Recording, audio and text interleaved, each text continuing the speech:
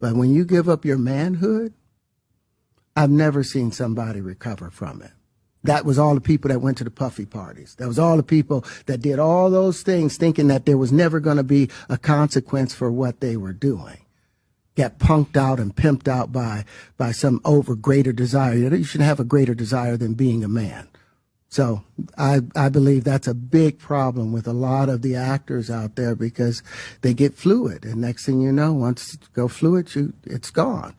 You don't have any foundation to pull yourself back from. So maintain your man card, no matter what. Man, I mean, you know, one of the things you're seeing, you went to a whole different place. Sorry. No, I get it. So you see some guys struggling with that. You see Bieber struggling with that. You see some of these guys struggling with that. They can't get it out of their head. They can't get it out of their head. The things that they did, no matter how they did it, whether they were drunk or high or whatever, you gave up your man card. You need therapy. And that's the thing that hurts them the most. And so they end up on drugs, end up every way to try and get rid of any principles there are. And that's what the business does. And the women that trade their bodies to go and get the role, they get to the point where they have their Oscar, they have their money, but they don't have their dream. They don't have the soul that they started with. So it's like achieving don't mean anything.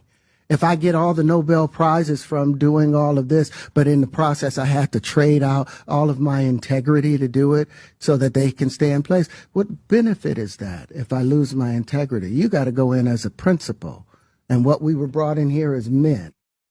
We produce 1,500 sperm per heartbeat for a reason, because the aggression is necessary.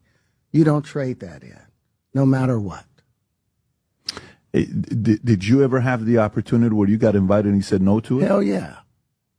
What was the consequences when you said no? Puffy invited me for weeks, asking me to come and teach him how to, wanted me to be his acting coach for a while. Go there and he's sitting around just looking. I'm like, okay, what's the material you want to work on? He's just looking at me. Then next thing you know, okay, hey, will you help me? I want to hear your music. So I come over there and I play the music, and he's sitting there just looking at me, like waiting. Okay. So then my assistant was like, he wants to hang out with you next week. And I was like, for what? He's like, I think he's trying to fuck you. That's what my assistant said. I was like, oh, okay. Now I get it. So now no more communication. Now you know to be hands off with somebody. A number of producers come in to make the approach, and you threaten to punch them in the mouth, or threaten to knock their head off for talking to you or looking at you like you're a woman. When you approach a real man about his masculinity, you're going to get a real reaction back. It's a difference when a guy walks in a room and when a man walks into a room. And a man don't take the same things that a guy will accept. So always be the man in the room. And that's always been my whole thing, and have lost businesses because I don't bend over in that way. I don't compromise. I don't play gay roles. I don't kiss a man. I don't do that shit, because the man card means everything.